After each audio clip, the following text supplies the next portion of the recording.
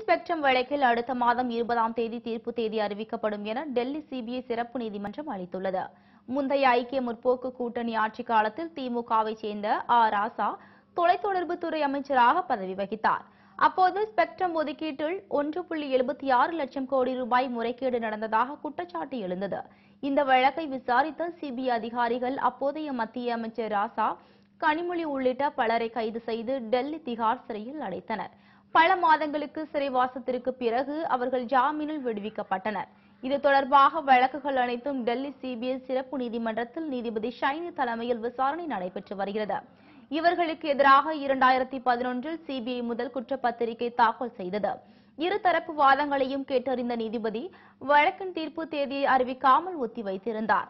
இந்த நிலையில் 2G வழக்கில் செப்டம்பர் 20ஆம் தேதி தீர்ப்பு தேதி அறிவிக்கப்படும் என நீதிபதி ஷைனி அறிவித்துள்ளார்.